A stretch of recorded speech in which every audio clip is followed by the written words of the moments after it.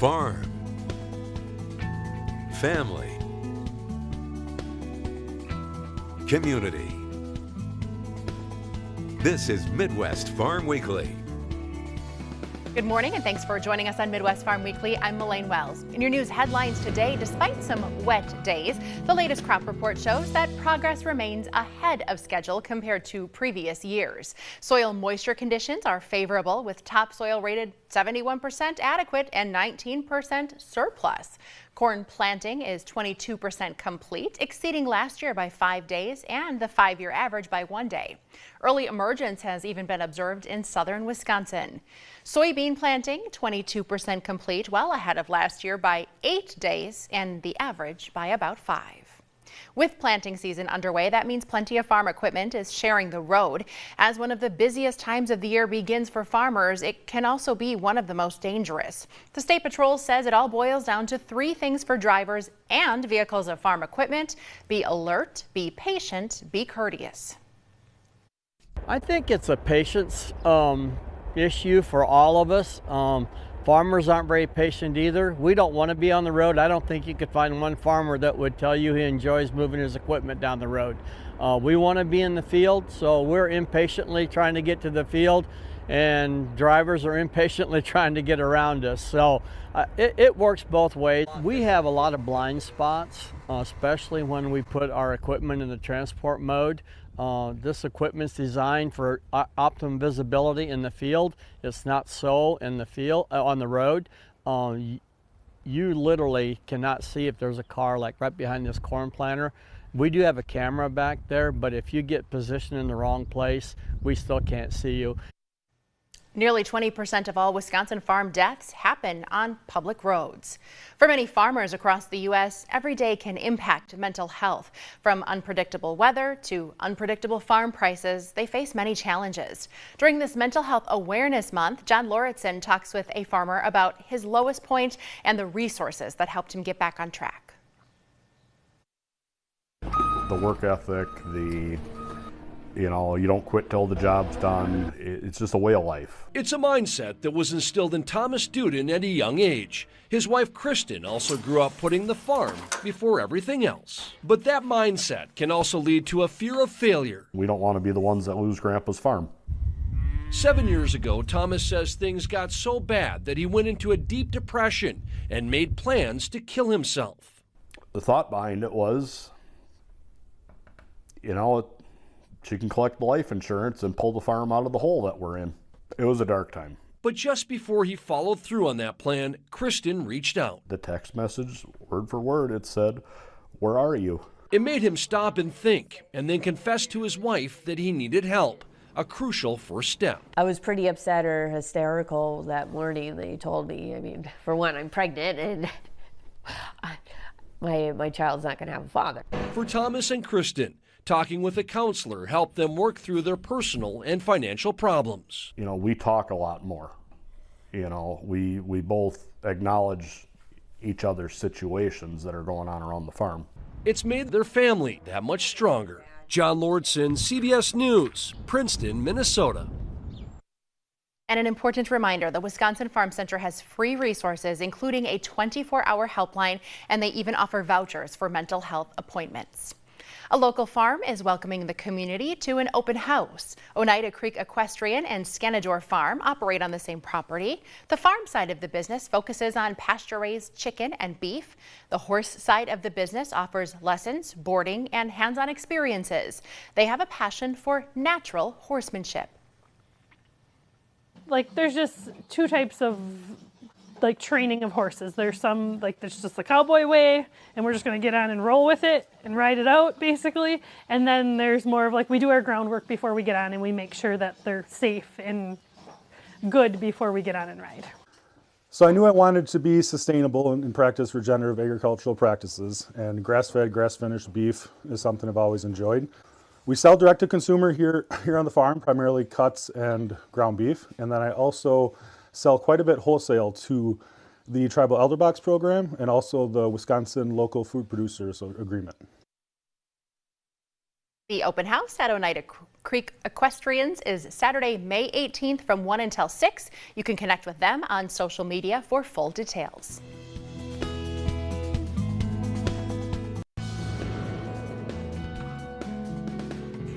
We are coming to the end of Youth Apprenticeship Week, but it's truly a celebration going on year-round in our local communities. Erica Janish is here with a little more on the program. Good morning and welcome. Good morning. Thank you. Erica, we had a chance to connect at a local business that is a big part of the Youth Apprenticeship program, but remind our viewers a bit about the roots of this and the goals.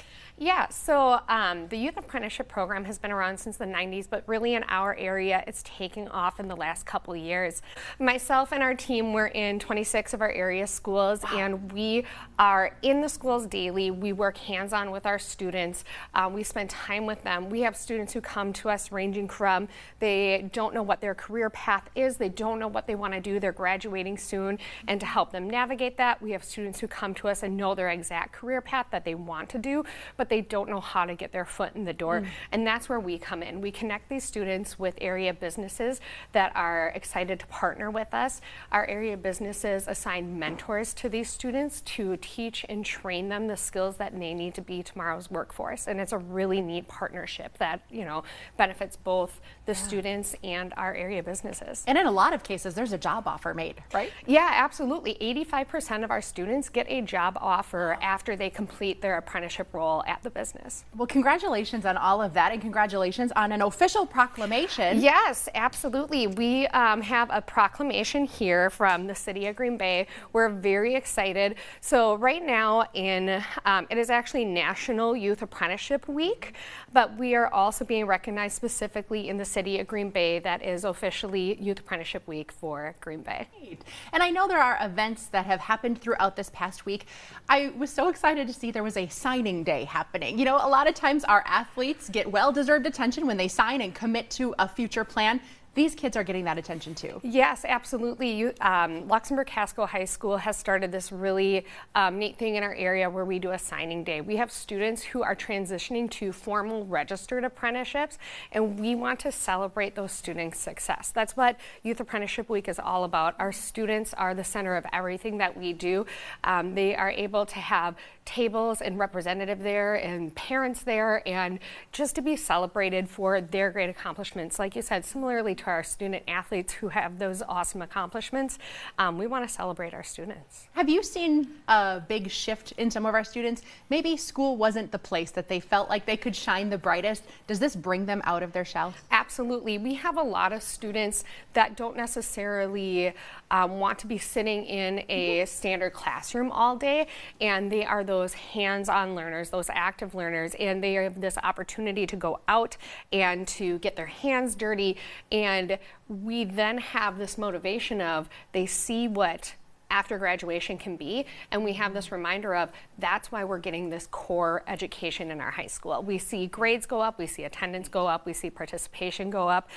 So yeah, we see awesome growth with our students. Certainly in the context of this show, we focused on agricultural placement, people who are welders and learning the ropes when it comes to field crews, but you guys have placements across every job interest. Yeah, in the education world, we break careers up into 16 different career clusters. Youth Apprenticeship currently offers placements in 13 out of the 16. So we place students in nearly every career field, every career path. It's an awesome way for them to get their foot in the door. Worst case scenario for our students is they learn something they don't want to do.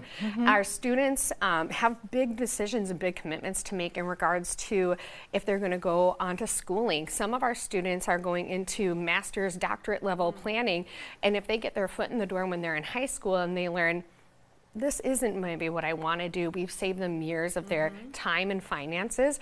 Or if that is, they realize this is what they want to do, they now have a deeper passion for it, a higher drive, and just, you know, more hands-on success to bridge what they're learning in the classroom. I know after our first story aired, we got calls from businesses saying, how do I get to be part of this? Because we all know labor is a challenge, and this is really a pathway for them too. So how does a business get in touch with you? Yeah, absolutely. So the businesses can call any of our area high schools. We have a link that I'm sure you're going to be able to put in the show notes for us, and a website. It's a simple email, a simple phone call. We have a partner with the Green Bay Chamber who will come out to your business and will onboard you, explain all the ins and outs of the program. It's very little paperwork or commitment from the employer in regards to adding anything to them. It's a simple ask of being willing to train and mentor these students who are really excited and eager to be there. And I know a lot of the work requirements are different when students are under your program, right? A lot of those, maybe they can't work as long of hours, but when they're being supervised by you. Yeah, so when students are in the Youth Apprenticeship Program, since it's a program through the Department of Workforce Development, they will be considered under the student learner law. That waives a lot of the 18 and older requirements. It waives the limit on certain equipment that students can use. And also because it's built into their student days, since we're partners with our schools, students have a lot more flexibility. Some schools actually have students that have every other day off and can go work an entire day, allowing them to work during those normal business hours. Well, congratulations on this Youth Apprenticeship Week and year-round commitment to helping our students and local businesses succeed. Thanks for being here, Erica. Thank you very much. Midwest Farm.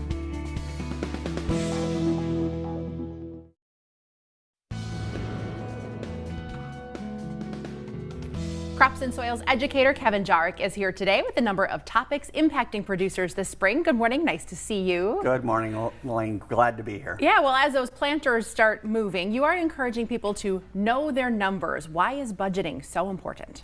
Well, I think unfortunately all farmers are aware we've seen a downturn in prices this year as far as all our commodities are concerned. And I think that unless farmers actually take the time to sit down and run the numbers, they don't realize how dire the situation with some of the crops like corn, which is our largest one, we plant 4 million acres, really are this year. This tool that you sent me in my inbox, can everyone access this somewhere? Yes, this is available on the UW Division of Extension Crops and Soils Topic Hub page. So people can just type in Crop Enterprise Budgets UW and it'll take them there. So let's take corn for an example. Corn, we averaged 176 bushels statewide last year. We're looking at about $4 a bushel for corn, a little better than that right now. The problem is the revenue doesn't keep up with the expenses. We would have to be looking at 200 bushel at $4.50 a bushel just to break even and get exercise. So this is why it's important that farmers spend a little time with these crop enterprise budgets. So those farmers that need it for feed, they're probably still putting corn in, but if you're looking at cash cropping, you may be looking at something different this year? Actually, you're dead on. The public may ask, well, if we know that corn isn't profitable to grow this year, why are farmers doing it? Because we harvest more corn silage than any other state in the nation. So we're taking that corn, whether it's silage or grain, putting it into the cow, generating milk, and that's how we see that return. And certainly we can see the numbers move. I know you're not an economist, but with planting intentions, once we see how much is soybeans, how much is corn, that could move our markets a little bit.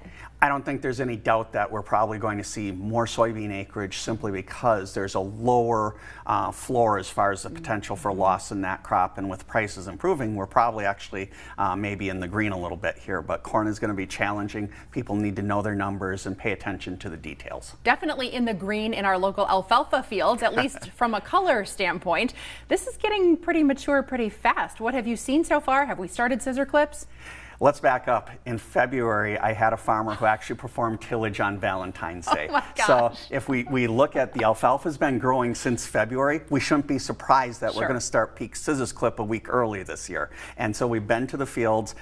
Weekend ago, we were about 14 inches. Yesterday, I measured samples. We're at 19 inches.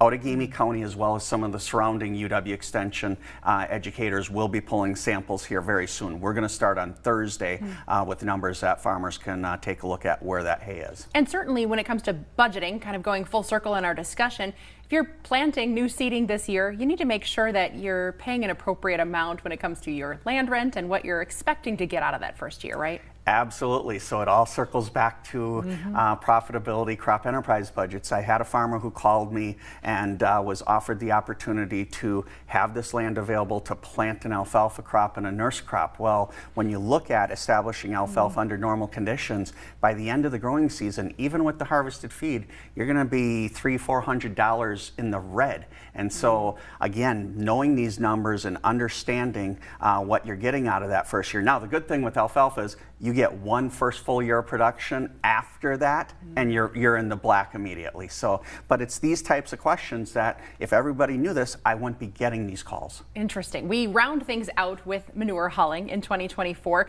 Certainly for dairy farms, this is a necessity. We can't choose to or not, but what are you seeing when it comes to the economics of it? So let's go back to the crop enterprise budgets. Fertilizer is a major expense. Well, we have a lot of dairy cows and we have manure. So the logical thing is, well, just substitute manure for that commercial fertilizer. The problem is if we look at liquid dairy manure and we look at less than 4% dry matter, so very watery, versus 4 to 11% more solids in there, when we pay approximately 2.5 cents a gallon, which isn't out of the range, I've got people as low as 1 cent, I've got people up to 3 cents, but if you just take that price in the middle and you apply that to the nutrient values, the nitrogen, phosphorus, and potassium in that manure, it doesn't matter if it's the really watery, less than 4%, or the 4 to 11% solids, you're losing on the application of that manure to the standpoint of about approximately 3 digits. So it's challenging handling manure given the fact that commodity prices are low,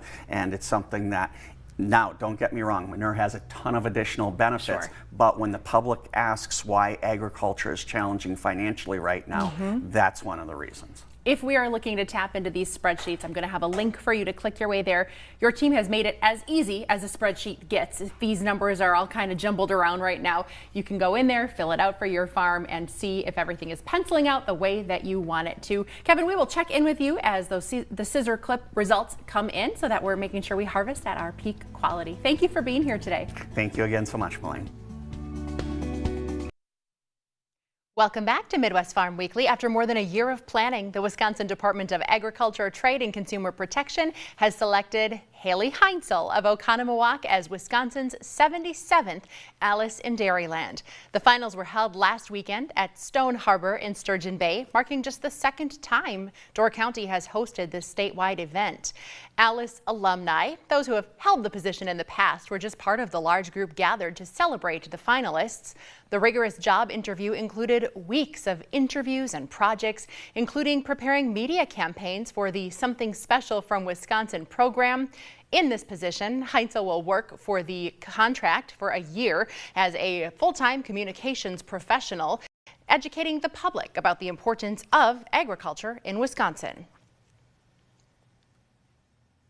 I did not grow up on a farm, so like most of our consumers, I know what it's like to have burning questions about agriculture. And this curiosity is what drives my passion for being a part of the industry.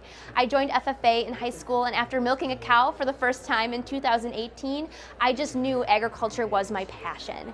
As I've gotten older, I've loved sharing the stories of our state's producers and helping answer all of those burning questions our consumers have, because once upon a time, I needed those questions answered too. Heinzel graduates this month from UW-Madison and will take over as Alice in July. I was honored to MC the finale. Good morning, I'm Storm Team 5 meteorologist Alexis Staniak. As we've now continued through the almost second week of May, we are well above average for precipitation. Drought Monitor shows Green Bay is about an inch above average for the time of the month that we are at. Look at Milwaukee, about 5¼ inches above normal for this time of the month as well. Madison above average, most of the state is above average, and that is because of the surplus of rain we've seen so far this month. Here in Green Bay, we've accumulated almost 1¼ inches of liquid precipitation, and we're not even halfway through the month yet. And this is about half of the 3.35 inches we typically accumulate of rainfall during the month of May. So we're on a good track to start off the month. Typically for May, we average a high temperature around 67 degrees, average low temperatures around 46 degrees. Back on the 1st of May, our average high temperature was at 61 degrees. Notice by the end of the month, our average high temperature jumps up about 11 degrees with an average of 72 degrees. Sunset on May 1st 31st was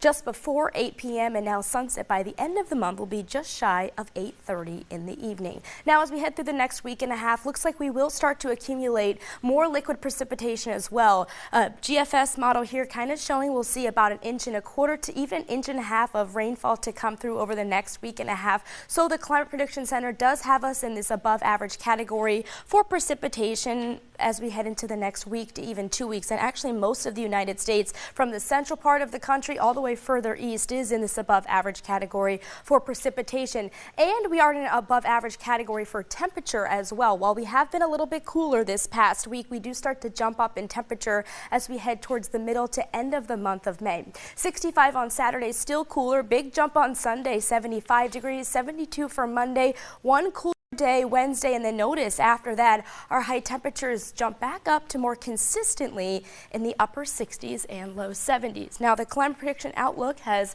Wisconsin in this above normal category for temperature as we head through the start of summer. Most of the country is above average, and then precipitation, equal chances to go either way. You know that saying, make hay when the sun shines? I've not heard that, but I like it. Our producers are going to be doing just that very shortly. Thanks for the forecast, Alexis. We'll see you guys next weekend.